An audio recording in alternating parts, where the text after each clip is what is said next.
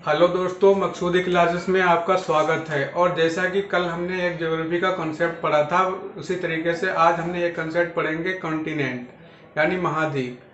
तो अगर जिसने भी पिछला वीडियो नहीं देखा है, ऊपर लिंक में जाके देख सकता है। आइए स्टार्ट करते हैं आज का कंसेप्ट। तो कंसेप्ट है कॉन्टिनेंट। कॉन्टिनेंट में हम पहले देखेंगे जो अर्थ है, हमारी पृथ्वी, वो किस किस से मिलकर बनी होती है। तो पहला जो है वो है वाटर, ठीक, और दूसरा है लैंड यानी कि भूमि, ठीक है। तो दो चीजों से मिलकर बनी होती है। जो वाटर है उसकी जो मात्रा है वो 70.8% है, और जो लैंड है इसकी जो मात्रा है 29.2%, ठीक। तो अगर हम देखें वाटर के अंदर क्या क्या आता है, तो वाटर में सबसे पहले आता है ओशियन, सब महासागर, और आता है रिवर, तीसरा आता है लेक, झीलें, और आते हैं ग्लेशियर्स, ठीक है। इतनी चीजें आती हैं, और कुछ चीजें और भी हैं, तो एटसेट्रा हम लिख देते हैं यहाँ पे, ठीक। और जो लैंड है उसमें क्या आता है, कॉन्टिनेंट यानी कि हमारे महाद्वीप, कॉन्टिनेंट, ठीक है। तो ये हो गया पृथ्वी में। अब हम देखेंगे जो पृथ्वी के जो लैंड है उसकी अगर हम बात करें, तो वो एकदम धरातल पे एक फ्लैट नहीं है, वो कहीं पे ऊंची है और कहीं पे नीची है। तो ऊंची और नीची होने का जो पृथ्वी का ये आकार आकृतियों में जो परिवर्तन है, उसको हम बोलते हैं उच्चावच यानी कि रिलीफ, ठीक। तो रिलीफ की अगर हम बात करें, रिलीफ, उच्चावच, रिलीफ जो होता है उसका मतलब ये होता है कि पृथ्वी कहीं पर ऊंची जैसे कि पहाड़, और जैसे नीचे यानी कि कोई भी सागर, महासागर, नदी, तो उसमें बहुत सारे ये परिवर्तन पाए जाते हैं, तो उसको हम बोलते हैं उच्चावच। तो उच्चावच की 3 श्रेणियां बनाई गई हैं। तो उन श्रेणियों में कौन कौन शामिल है ये हम देख लेते हैं। फर्स्ट ऑर्डर रिलीफ, ठीक। तो फर्स्ट ऑर्डर रिलीफ में कौन कौन आएगा ये हम देख लेते हैं। तो फर्स्ट ऑर्डर रिलीफ में इसे हम क्या देखेंगे, इसमें आता है कॉन्टिनेंट यानी कि महाद्वीप आते हैं, और दूसरा आता है ओशन, महासागर। तो ये दो चीजें आ जाती हैं फर्स्ट ऑर्डर रिलीफ में यानी कि प्रथम श्रेणी का उच्चावच। और दूसरा हम देखते हैं second order, second order relief, ठीक। सेकेंड ऑर्डर रिलीफ, इसमें कौन कौन आता है, इसमें आ जाता है माउंटेन, इसमें आ जाता है प्लेट्यूस, और इसमें आ जाता है प्लेन्स, पर्वत, पठार, और मैदान। ये सेकेंड ऑर्डर यानी कि द्वितीय श्रेणी के उच्चावच में आते हैं। और हम बात करें थर्ड वाले की, जो आएगा third order relief, third order relief, ठीक। तो थर्ड ऑर्डर रिलीफ में क्या क्या आएगा ये हम देख लेते हैं। थर्ड ऑर्डर रिलीफ में डेल्टा, वैलीज यानी घाटियां, ठीक। और तीसरा इसमें आ जाएगा सैंड ड्यून्स,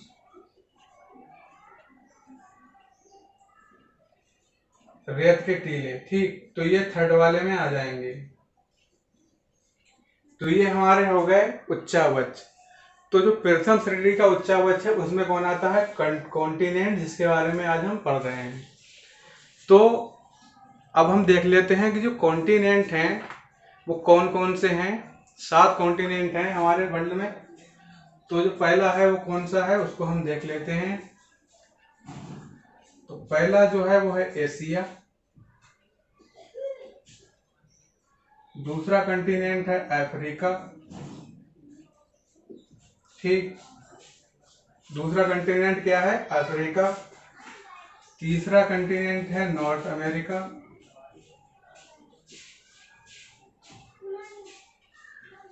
नॉर्थ अमेरिका। चौथा है साउथ अमेरिका, ठीक। चौथा है साउथ अमेरिका। तो जो पांचवा कंटिनेंट है वो अंटार्कटिका। और छठा कंटिनेंट जो है वो है यूरोप। ठीक। और जो सातवां कंटिनेंट है वो है ऑस्ट्रेलिया।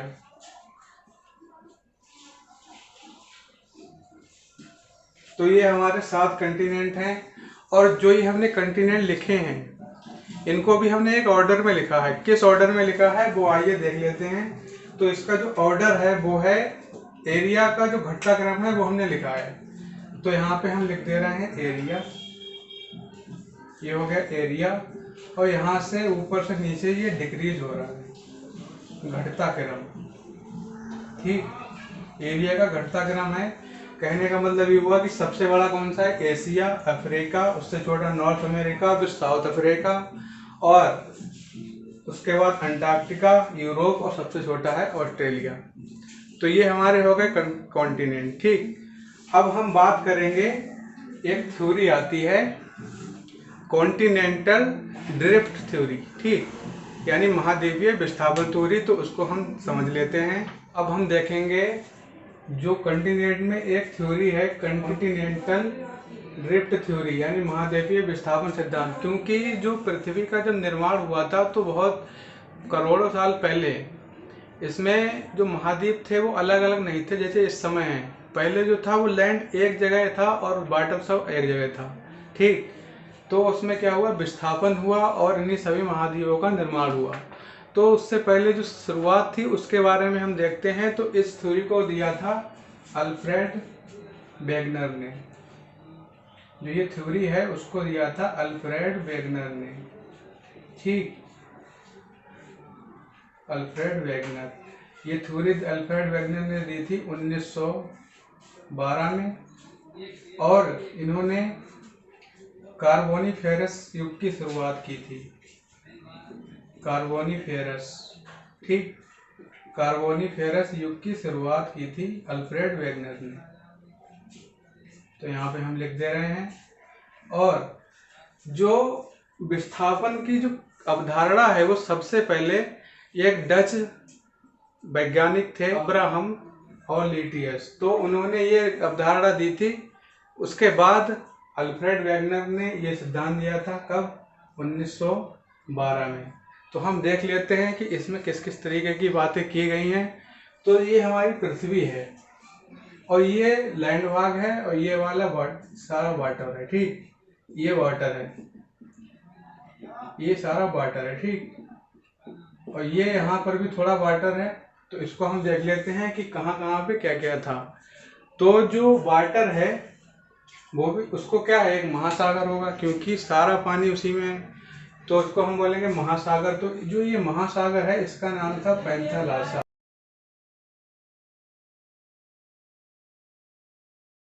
तो ये जो पानी वाला भाग है ये था पैंथालासा, जो क्या था, ओशन था। तो इसको हम क्या बोल सकते हैं, जो पैंथालासा है वो एक सुपर महासागर हो सकता है। तो इसको हम बोलेंगे सुपर ओशियन। ठीक, एक सुपर ओशियन था शुरुआत में। उसके बाद क्या हुआ, जो लैंड वाला भाग है उसका विस्थापन हुआ और उससे महाद्वीप बने। तो जो लैंड वाला भाग पूरा जो था इसको हम बोलते हैं पैंजिया।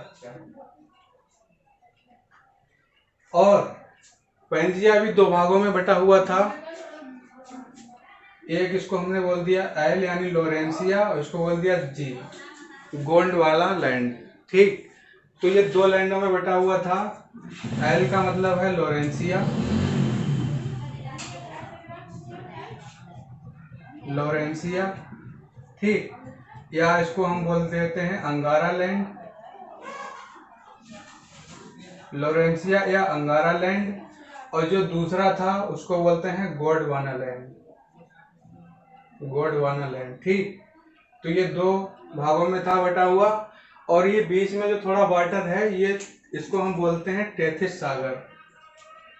ठीक, इसको हम बोलते हैं टेथिस सागर, टेथिस सी। ठीक, तो ये क्या हुआ, लोरेंसिया था और दूसरा भाग कौन सा था, गोंडवाना लैंड। तो ये दो भाग थे। तो इनसे क्या सारे महाद्वीपों का निर्माण हुआ, विस्थापन हुआ। तो वो थ्योरी किसने दी थी? अल्फ्रेड वेगनर ने। ठीक है, तो हम अब देख लेते हैं कि जो पैंजिया है उसमें जो लोरेंसिया और गोंडवाना लैंड में कौन कौन से महाद्वीप आते हैं। तो जो हमारा जो मेन कंटिनेंट था पहले, सुपर कंटिनेंट, जो पैंजिया है इसको हम बोल सकते हैं सुपर कंटिनेंट। ठीक, क्या बोलेंगे? Super continent. ये सुपर कंटिनेंट था, तो इससे बहुत सारे कंटिनेंट बने हैं। तो हम यहाँ पर इसको थोड़ा समझते हैं। ये है पैंजिया। ठीक, पैंजिया में कौन था? लोरेंसिया। और दूसरा कौन था? गोंडवाना लैंड। ठीक, ये दो चीजें थी इसमें। तो अब हम देखेंगे जो लोरेंसिया है उसमें कौन कौन था, कौन कौन से महाद्वीप अब आते हैं। जो लोरेंसिया वाला भाग है, जो उत्तरी भाग है वो लोरेंसिया वाला भाग है, और दक्षिणी है गोंडवाना लैंड। ठीक, तो इसमें आता है यूरोप। ठीक, इसमें आता है एशिया, और इसमें आता है नॉर्थ अमेरिका। ये तीन जो महाद्वीप हैं वो लोरेंसिया के भाग हैं। ठीक, और बाकी जो महाद्वीप हैं वो किसके हैं? गोंडवाना लैंड के। तो गोंडवाना लैंड में कौन कौन से महाद्वीप को हम शामिल कर सकते हैं? तो पहला है साउथ अमेरिका। ठीक है, और एक इसमें महाद्वीप था मेडागास्कर। ठीक, इसमें हम शामिल करेंगे मेडागास्कर को। और एक हम इसमें पेनिनसुलर इंडिया को भी शामिल करेंगे। प्रायद्वीपीय भारत का जो हिस्सा है वो इसी का भाग है, तो इसमें करेंगे पेनिनसुलर इंडिया। ठीक, प्रायद्वीपीय भारत,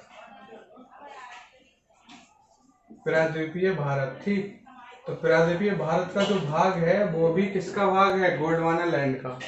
और इसमें कौन बचा है? अंटार्कटिका, अंटार्कटिका और अफ्रीका, ऑस्ट्रेलिया। ठीक, ये इसमें बचे हैं। तो ये सारे किसमें आते हैं? गोंडवाना लैंड में। तो हमने देखा कि जो पहले एक सुपर कंटिनेंट था पैंजिया, उसके दो भाग थे, एक था लोरेंसिया, दूसरा भाग था गोंडवाना लैंड। ठीक, तो जो हमारे आज के जो महाद्वीप हैं वो लोरेंसिया में तीन महाद्वीप आते हैं। यूरोप, जो हमारा महाद्वीप है एशिया, और नॉर्थ अमेरिका। और जो गोंडवाना लैंड है उसमें आता है साउथ अमेरिका, मेडागास्कर और पेनिनसुलर इंडिया, और अंटार्कटिका, अफ्रीका और ऑस्ट्रेलिया भी गोंडवाना लैंड के भाग हैं। तो इस तरीके से इसमें विस्थापन हुआ था और इन कॉन्टिनेंट का निर्माण हुआ था। तो आज के लिए इतना ही। जिसने भी पिछला वीडियो नहीं देखा है वो भी देख ले, और हमारे चैनल को सब्सक्राइब कर लीजिए और ज़्यादा से ज़्यादा शेयर कीजिए। और अगर आप कोई सजेशन देना चाहते हैं तो कमेंट में डाल सकते हैं। अगर आपको किसी टॉपिक पे वीडियो चाहिए है तो वो भी आप कमेंट में बता सकते हैं। तो वीडियो को लाइक और शेयर करते रहिए। धन्यवाद।